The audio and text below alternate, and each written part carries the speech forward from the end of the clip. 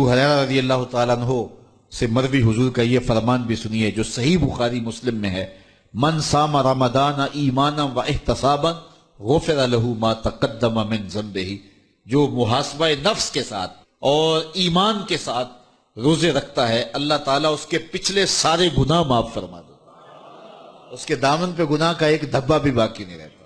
یہ کرم نوازیاں ہیں۔ حضور علیہ السلام ماہ سیام سے قبل خطبہ دیا کرتے تھے صحابہ کو، اور ماہ سیام کا استقبالیہ خطبہ دے کے ان کو ماہ سیام کو کیسے گزارنا ہے اس کی تعلیم دیا کرتے تھے۔ آج یہ خطبہ جو حضور نے ارشاد فرمایا وہ آپ کے سامنے رکھوں۔ حضور نے ارشاد فرمایا، لوگو تمہارے اوپر ایک مہینہ جلوہ فراز ہو رہا ہے جو بہت بڑا مہینہ ہے، بڑا عظیم مہینہ ہے، جو مبارک مہینہ ہے۔ وہ ایسا مہینہ ہے جس کے دامن میں ایک رات ایسی ہے جو 1000 مہینے سے بہتر ہے۔ جعل اللہ صیامہ فریدہ، اللہ نے اس مہینے کے روزے کو فرض بنایا، وقیام لیلۃ تطوعا، اور اس کی رات کے قیام کو نفل بنایا۔ من تقرب فیہ بخصلۃ من الخیر کان کمن ادی فریدۃ فیما سواہ، اور جس نے کوئی اس مہینے میں بھلائی کی تو وہ ایسے ہے کہ جس طرح اس نے فریضہ ادا کیا۔ اگر کسی نے نفل ادا کیا تو ایسے ہے جس طرح اس نے فرض ادا کیا۔ ومن ادی فریدۃ فیہ کان کمن ادی 70 فریدۃ فیما سواہ، اور جس نے اس مہینے میں ایک فرض ادا کیا اللہ تعالیٰ اس کو 70 فرضوں کا ثواب عطا کرتا ہے۔ وہ ایسا ہے جس طرح اس نے 70 فرائض ادا کیے۔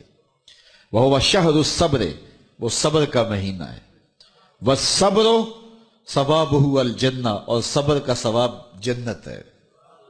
وشہر المواسات، ایک دوسرے سے پیار کرنے کا، ہمدردی کرنے کا مہینہ ہے، دکھ بانٹنے کا مہینہ ہے، لوگوں سے محبت کرنے کا مہینہ ہے۔ وشہر یزاد فیہ رزق المومن، یہ وہ بابرکت مہینہ ہے جس میں مومن کا رزق بڑھا دیا جاتا ہے۔ من فطر فیہ صائمہ، جس نے اس مہینے کے اندر افطار کروایا کسی شخص کو، روزہ دار کو، کان لہ مغفرۃ لذنوبہ، اللہ تعالیٰ اس کے گناہ معاف فرما دے گا اور اس کو جہنم کی آگ سے آزاد کر دے گا۔ وکان لہ مثل اجرہ، اور روزہ رکھنے والے کو جتنا اجر ملا روزہ افطار کروانے والے کو بھی اتنا ہی اجر دیا جائے گا۔ من غیر ان ینتقص من اجرہ شیئا، روزہ رکھنے والے کے اجر میں کسی کمی کے بغیر، اس کے اجر میں بھی کوئی کمی نہیں ہوگی، اور روزہ افطار کرانے والوں کو بھی پورا پورا اجر دے دیا جائے۔ قلنا یا رسول اللہ صلی اللہ علیہ وسلم، صحابہ فرماتے ہیں ہم نے عرض کی، اے اللہ کے پیارے حبیب، لیسا کلنا ناجد ما نفطر بہ الصائم، ہم میں سے سارے تو ایسے نہیں ہیں کہ جو روزہ دار کو روزہ افطار کروا سکے، غریب لوگ بھی ہیں، مسکین لوگ بھی ہیں، تو سارے لوگ تو ایسے نہیں ہیں۔ تو حضور نے کیا ارشاد فرمایا، سنیے۔ فقال رسول اللہ صلی اللہ علیہ وسلم، یوت اللہ ھذا الثواب، اللہ تعالیٰ یہ روزہ افطار کروانے کا ثواب عطا کرتا ہے۔ من فطر صائما، جو کسی کو افطار کروائے، علی مذقۃ لبن، دودھ کے ایک گھونٹ سے، او تمرۃ، یا ایک کھجور سے، او شربۃ من ماء، یا پانی کے ایک گھونٹ سے۔ لازمی نہیں ہے کہ بہت سموسے پکوڑے بہت کچھ پڑے ہوئے ہوں اور بڑی فرنیاں شرنیاں ہوں، نہیں، اگر صرف ایک گھونٹ پانی کا پلا دیا، ایک لسی کا گھونٹ پلا دیا، ایک کھجور کھلا دی، تو حضور نے ارشاد فرمایا اللہ اس کو بھی پورا روزہ افطار کرنے کا ثواب عطا فرمائے۔ اور آگے فرمایا واشبع صائما، اور جس نے شراب ہو کے کھلایا، اس کو صحیح پوری فل افطاری کروائی، تو اس کا اجر کیا، سقاہ اللہ من حوضی شربۃ لا یظمأ حتی یدخل الجنہ، حضور فرمایا اللہ اس کو حوض کوثر سے جام پلائے گا یہاں تک کہ وہ جنت میں داخل ہو جائے گا، اور جنت میں داخل ہونے تک 50,000 سال کا دن ہوگا، اس کو دوبارہ پیاس بھی نہیں لگے گی۔ جب جام کوثر مل گیا، جس نے ایک گھونٹ میں پی لیا، اس کو پھر پورا حشر کا دن پیاس نہیں لگے گی۔ وَهُوَ شَهْرٌ أَوَّلُهُ رَحْمَةٌ، فرمایا یہ وہ مہینہ ہے جس کا پہلا عشرہ رحمت ہے۔ وَأَوْسَطُهُ مَغْفِرَةٌ، اور جس کا درمیان والا حصہ مغفرت ہے۔ وَآخِرُهُ عِتْقٌ مِّنَ النَّارِ، اور آخری عشرہ جہنم سے آزادی کا پروانہ ہے۔ اور آگے ارشاد فرمایا وَمَنْ خَفَّفَ عَنْ مَمْلُوكِهِ فِيهِ، جس نے اپنے مزدور کو، اپنے غلام کو، اپنے ملازم کو، اپنے ماتحت کو نرمی کی، اس سے تھوڑا کام لیا، غفر اللہ لہو وآتقہ من النار، اللہ اس کے گناہ بھی بخش دے گا اور اس کو جہنم کی آگ سے آزادی بھی عطا فرمائے۔ تو یہ وہ بابرکت مہینہ ہے جو اللہ کی رحمتوں اور کرم نوازیوں کا نور ہے۔ حضور علیہ السلام نے ارشاد فرمایا لِكُلِّ شَيْءٍ زَكَاةٌ وَزَكَاةُ الْجَسَدِ الصَّوْمُ، ہر شے کی زکوٰۃ ہوتی ہے، جسم کی زکوٰۃ روزہ ہے۔ تو روزہ جسم کی زکوٰۃ ہے، باطن کا تزکیہ ہے، من کا چراغاں ہے، نفس کی سرکوبی ہے، شیطان سے بچاؤ کا ذریعہ ہے، اور دوزخ سے ڈھال ہے، اللہ کی رحمتوں کا حقدار کرتا ہے اور اس کی کرم نوازیاں ہمیں نصیب کرتا ہے۔ خوش نصیب ہیں وہ لوگ جو ماہ سیام کو پورے خشوع و خضوع سے گزارتے ہیں۔ باپ کا انتقال حضور کے اس دنیا پہ قدم رکھنے سے پہلے ہی ہو گیا تھا، ابھی شکم مادر میں تھے کہ حضرت عبداللہ کا انتقال ہو جاتا ہے۔ در یتیم پیدا ہوئے ہیں، 6 سال کی عمر میں ابوا کے مقام پر ریت کے ٹیلے آئے تو وہاں سیدہ آمنہ کی طبیعت خراب ہو گئی، اور پھر لمحے بھی زندگی کے آخری ہیں۔ سیدہ آمنہ نے محسوس کر لیا کہ یہ میری آخری سانسیں۔ سیدہ پاک نے حضور کے سر پہ ہاتھ رکھا اور روتے ہوئے کہا کہ بیٹا، ہر نئی چیز نے پرانا ہو جانا ہے، ہر باقی نے فنا ہو جانا ہے، میں بھی جا رہی ہوں، وَذِكْرَ بَاق وَوَلَدْتُ طُہْرًا، لیکن میرا ذکر نہیں مٹے گا، اس لیے کہ تیرے جیسا ستھرا بیٹا چھوڑ کے جا رہے ہیں۔ یہ آخری لفظ تھے سیدہ پاک کے کہ سیدہ آمنہ سلام اللہ علیہا کا انتقال ہو گیا۔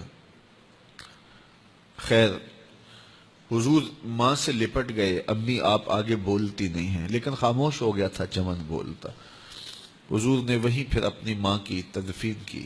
تدفین کے بعد ام ایمن کے ساتھ سواری پر بیٹھ جاتے ہیں اور چمٹ جاتے ہیں ام ایمن کے ساتھ، اور وہ جا کے حضرت عبد المطلب کے سپرد کر دیتی ہیں۔ تو حضرت عبد المطلب حضور کو آغوش میں لے کے بڑا روئے، اور ام ایمن سے کہا کہ میرے اس بیٹے کا تم نے خاص خیال رکھنا ہے۔ اور پھر انہوں نے اتنا خیال رکھا کہ میرے حضور فرمایا کرتے تھے ام ایمن میری ماں کے بعد میری ماں ہے۔ 2 سال کے بعد حضرت عبد المطلب کا بھی انتقال ہو گیا۔ ابن حشام کے یہ لفظ سینہ چیرتے ہیں کہ جب امیر قریش کا جنازہ اٹھا تو سارا مکہ جنازے کے لیے امڑ آیا، لیکن لوگوں نے 8 سال کے ایک بچے کو دیکھا جو دیواروں سے لپٹ لپٹ کے رو رہا تھا۔ آج یہ سہارا بچھن گیا تھا۔ پھر چچا کی کفالت میں آئے، پھر ایک وقت آیا کہ وہ بھی اس دنیا کو چھوڑ گئے، اور اسی سال حضور کی اہلیہ کا انتقال بھی ہوا، اور اس سال کا نام عام الحزن، دکھوں کا سال رکھا۔ اہل مکہ نے جو سلوک کیا وہ کسی سے بھی مخفی نہیں ہے۔ پتھر مارے، گڑھے کھودے، کانٹے بچھائے، اجریاں ڈالی، اپنے گھروں کے کوڑے لا کے حضور کے گھر کے سامنے رکھ دیے۔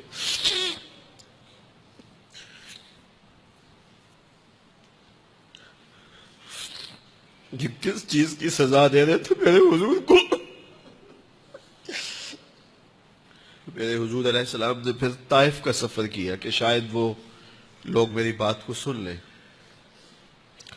لیکن انہوں نے جو دردناک سلوک کیا وہ بھی تاریخ کا ایک انتہائی دردناک باب ہے۔ انہوں نے اوباشوں کے ہاتھوں میں پتھر دیے، اور جس راستے میں میرے حضور نے گزرنا تھا ان کو اس راستے پہ کھڑا کر دیا اور کہا ان پہ سنگ زنی کرو، اور وہ آقا کریم پہ پتھر مارتے، حضور کے پاؤں پہ پتھر مارتے۔ آقا کریم علیہ السلام پاؤں اٹھاتے تو وہ دوسرے پاؤں پہ مارتے، پھر حضور شدت درد سے بیٹھ جاتے تو ان کے 2 غنڈے دائیں بائیں سے آگے بڑھتے اور حضور کو کندھوں سے پکڑ کے اٹھاتے، پھر سنگ باری کرتے۔